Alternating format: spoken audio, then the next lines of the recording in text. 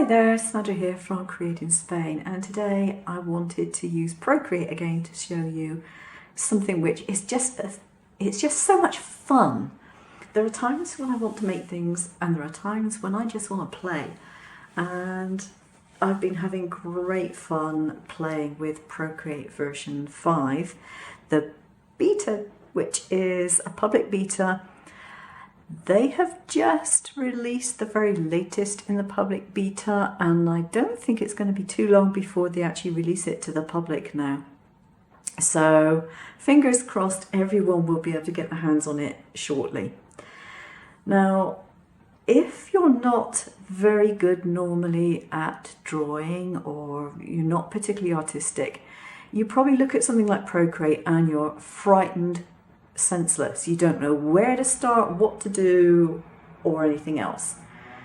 And that's one reason to use Procreate, because if you're using Procreate, you're not wasting your paper, your paints, your inks, your alcohol markers, whatever.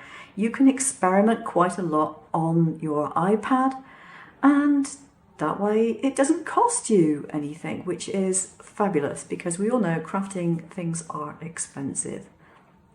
Now, I'm going to show you how to do this kind of thing, which is simply how to make something look as if it's three-dimensional, even when it isn't.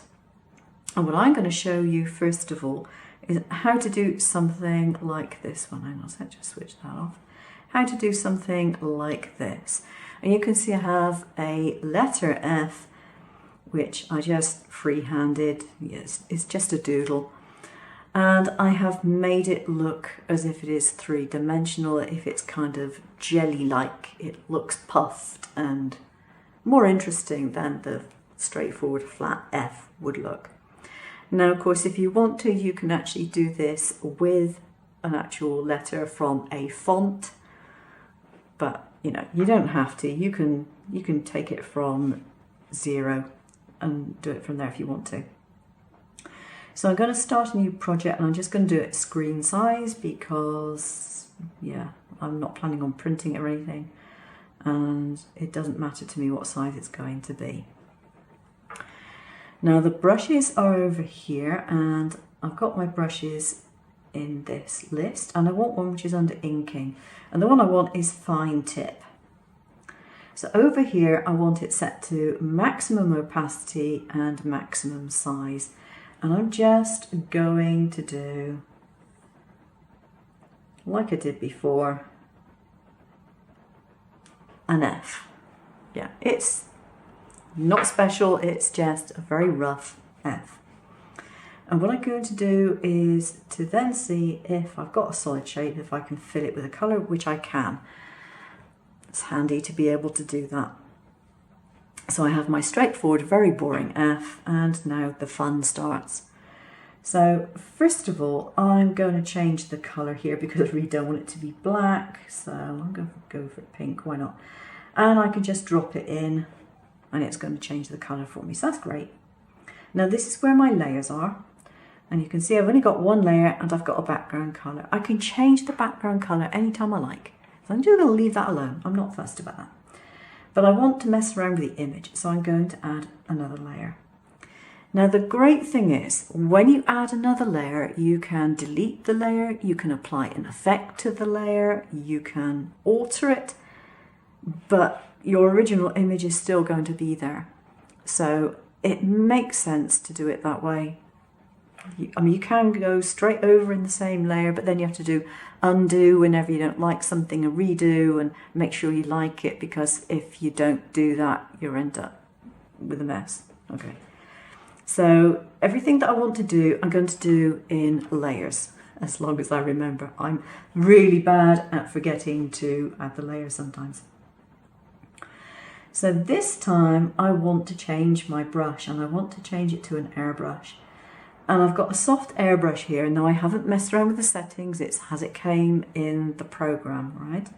So not messing around with that at all. And what I'm going to do here is tap on my colour, and because I've got it set to classic, you can see the bright colour is up in the right corner and it goes to darker areas around this end. So if I want to stay within the same colour but just alter the shade, it's really easy to do. I can just drag this down to the bottom and you can see that it's starting to go to darker colours. Now, with an airbrush, you're not going to get, well, hopefully you're not going to get harsh lines, but the one way of making sure you don't is to change the opacity. If you put the opacity down pretty low and the airbrush size pretty high, I can go around here and I can put some shadow in. So I might put it around there and a good chunk there. There we are. There's some shadow and you're thinking that looks rubbish, which it does at the moment. Now that I've got my shadow, I can take that layer and I can drag it underneath the other one. So now it actually looks more like a shadow for a start. Now the advantage of using a low opacity airbrush, and I'll undo this one for the moment, is that you can get not only a shadow but also almost a highlight just by doing the one stroke. So I've taken the opacity down still further. Whoops, where am I going? I've got an eraser on for some reason. Don't know why I did that. Let's check. Okay, my other layer, yeah. So I'm going to take my lower opacity airbrush and put this line around here. There we are.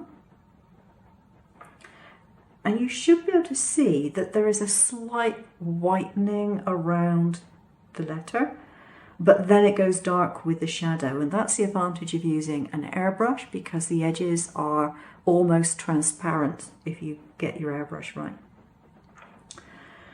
So I'm going to put this down here, get it a bit darker.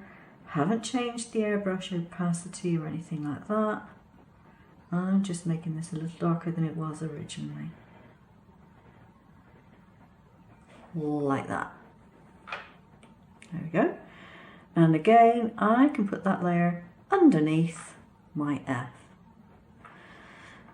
Select this pink F to start with, and I'm going to add another layer, and I'm going to actually put a clipping mask on there. So clip on the clip mask. Now this means that anything I do on this layer will only go within that pink F. It's not going to go anywhere else, which is quite handy.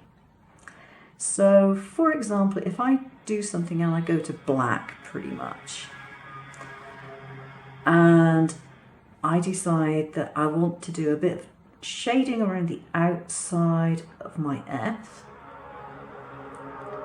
Sorry about the noisy motorcycles, dear, dear. I can go around this letter, and it's not affecting my shadow because it's only going to go on this bright pink. It's not going anywhere else.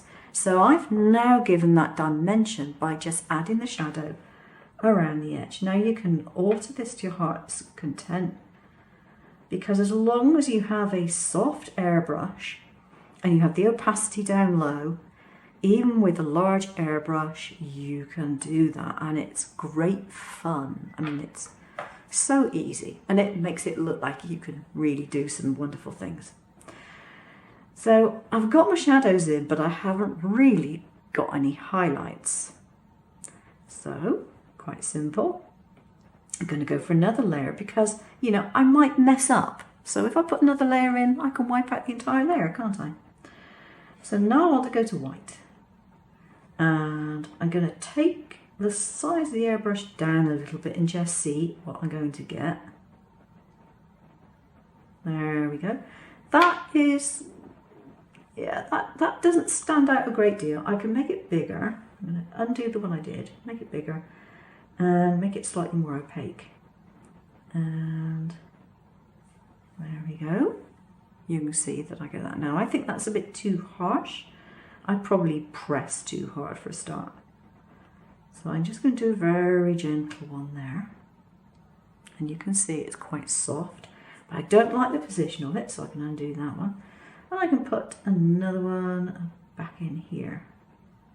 like so. I can put another one down here,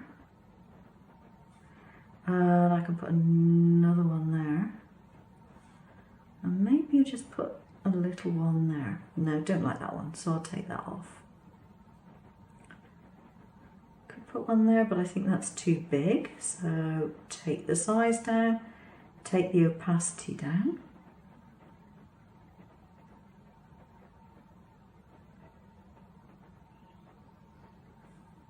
Don't like that one.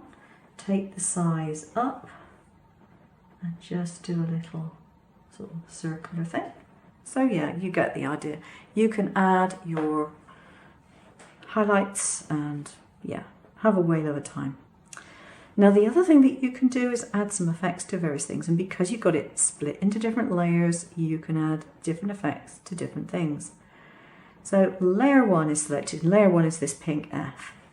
So if I go to my magic wand here, there's one in here which is called noise.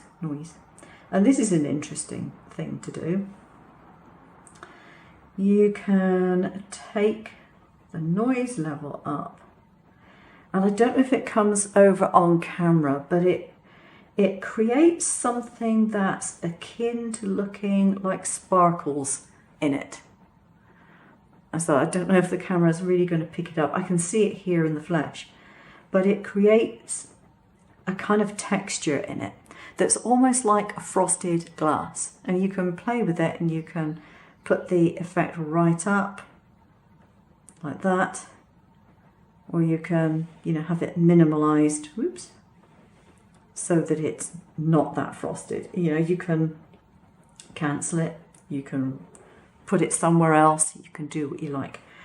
But it's really, really good fun, and it's not difficult to do this, but it can add a great deal of interest to something. You know, if you want to add logos to a web page or your documents or whatever, you can have great fun with this. Now the other thing that I wanted to show you is, and I'll just get rid of everything on here. Actually, I'll just create a new document, just as easy. Right, okay. I'm going to make this black, and I'm going to use my sketching pen or my inking pen again. And I've got it on maximum size. So I'm just going to do a circle. Now if you loop it to the end and hold it, it will complete it for you. So whoops, that one is not complete, obviously. Right, let's do this one again, shall we? Let's see. Yeah, that's a complete shape. So what I'm going to show you now is an effect you can get, which you will only get with version 5 of Procreate, because it involves multicolored brushes, and this is such good fun. So if I tap on my brushes and go to my airbrushing, whoops, sketching, airbrushing, there we are. You can see I've got soft airbrush 1, soft airbrush 2. And this is because I've copied, or duplicated I should say, the soft airbrush, and then I've changed it. So soft airbrush 1, if I make this, I don't know, let's go for that light green there. You can see it's got 2 different colours that are going to apply to it. So, ooh, isn't this fun? Right. Okay, just undo that. I'm going to add another layer to here, and I'm going to do the clip mask. So clip mask, and what I do will only go in that circle, right? So now I'm going to use my brush, and this is airbrush, soft airbrush 1 that I've got. And all I've done with this is I've altered it so the colour dynamics are being used, whereas they weren't used on the original brush. I'm going to take the opacity down quite considerably, take the size down a little bit, and let's see what we're going to get. And it starts off with a pink, and you've got some purple in it. And this is good fun, I like this. Now if I go really hard, I get bright pink. I'm just experimenting, seeing what I get. Okay. What I'm going to do is I'm going to select this layer and I'm going to make that white. Which is going to make the thing disappear. But it will show up in a minute, okay? It will be there. So this is my second layer. Go back to my airbrush and then we can see what is going to happen. There we go. Now, if I make it more opaque, we will get more of the different colours showing through. Like this. But this makes it really, really easy to make a kind of mystical ball looking effect. So now I'm going to put another layer in. I'm going to go to this colour. And I have absolutely no idea what colour I'm going to get for this. And I'm just going to put some shadow in. Here we go. Bit of shadow underneath my ball. There we go. Bit of variation in the colour. And there we are. Okay. Now I can go into my layers. I can make sure this layer is selected. I can go into this one and I can give it a Gaussian blur. And so if I slide my finger along here, you can see this area blurring. If I slide it back, slide it that way. So it really softens it. There is definitely a good blur effect on there, but it blends it all together and there's no harsh edges, so it's really nice. Now I want to work on this layer and I want to actually take some of the colour out of it. Now the reason I want to take the colour out is because this is varied. If I wanted to just add white over the top, that would be easy. But I want to take some of the colour out while leaving some of the colour there. So I'm going to use my eraser and I'm going to swap over to my normal soft airbrush. And using the eraser with that setting, you can see that it's not affecting the colour, it's just getting paler.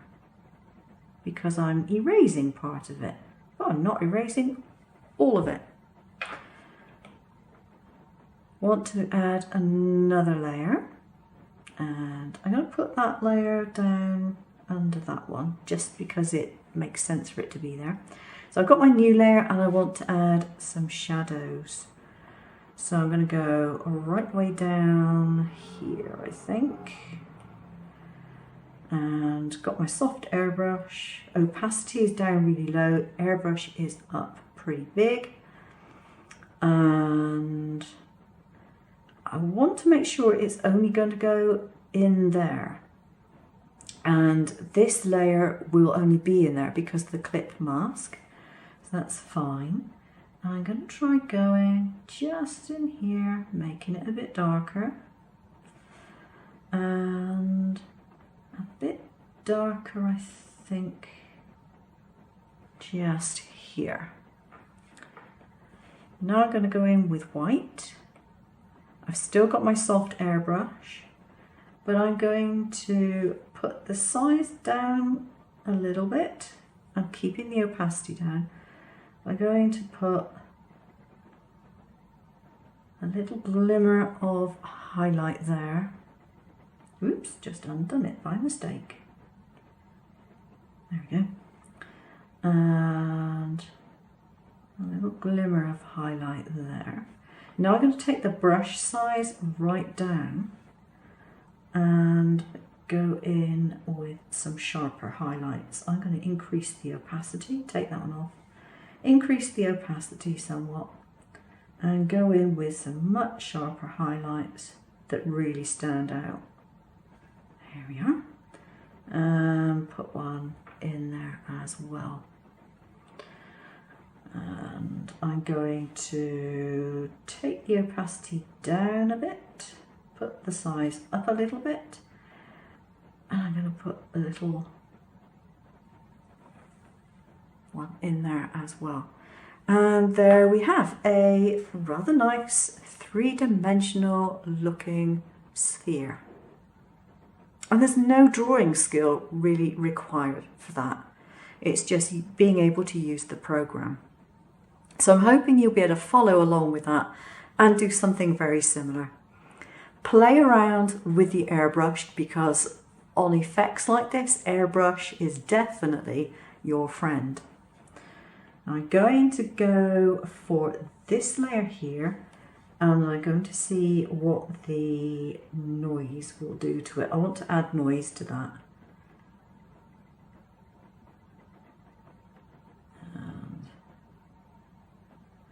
Oh, that is really, really nice.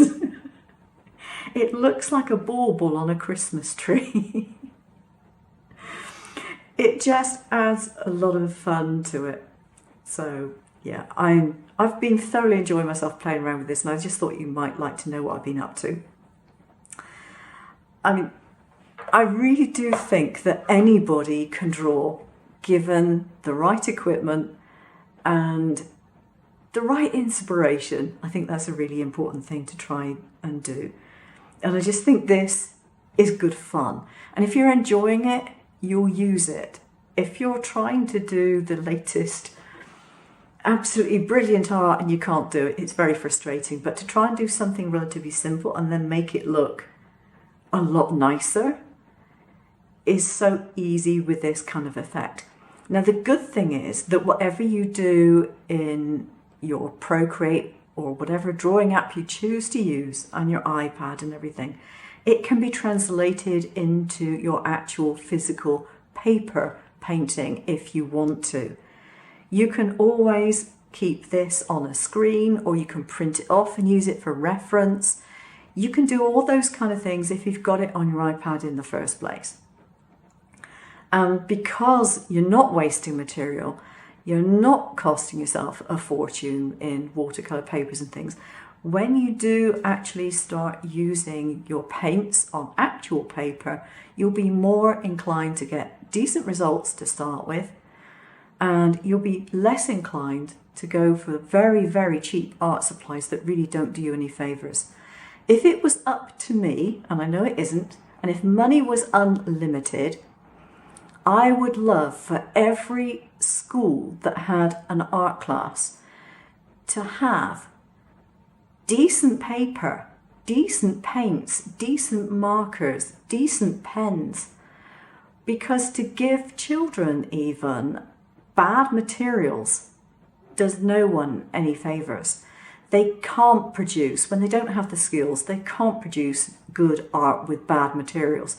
A great artist can produce brilliant art with the worst things possible because they are talented, they have learned, they have crafted their art, and they know what they're doing, and they know what the limitations are of whatever they're using. But someone who is learning to do drawing and painting and things, if you're given a really, really crappy biro, for example, you can't write really, really well, because no matter what you do, there will be lumps in the ink. It won't run smoothly. There will be gaps.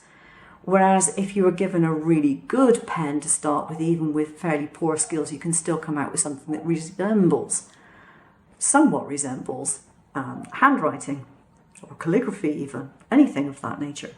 And the same thing goes with artist materials. I think it's such a shame that people don't have decent art materials, because it does make a difference. I did a video a few months back. I purchased some watercolor brush pens, and I did a color sample, and I used some really bad quality, cheap watercolor, well, what purported to be watercolor paper, to do one lot of color swatches. And then I took my decent watercolor paper and I did color swatches on that. And even with color swatches, the difference was staggering. I mean, I was surprised. I knew there would be a difference, but I was surprised how much difference there was. And that's just on using color swatches. I mean, you wouldn't have thought I'd use the same paint, let alone the same colors. It was amazingly different. So anyway, that's enough of my lecture for today. I hope you give this a go. If you've not got Procreate, then download it, because as art apps go, it's really, really good. It's one of my favourite ones. If you've got it already and you don't know how to use it, watch a few videos, be it mine or someone else's, and just play with it, because if you've got it, it's not costing you anything. You might as well play with it and enjoy it. So that's it. As I said, I hope you enjoy this video. Please give it a go, and I'll see you again soon. Take care now. Bye bye.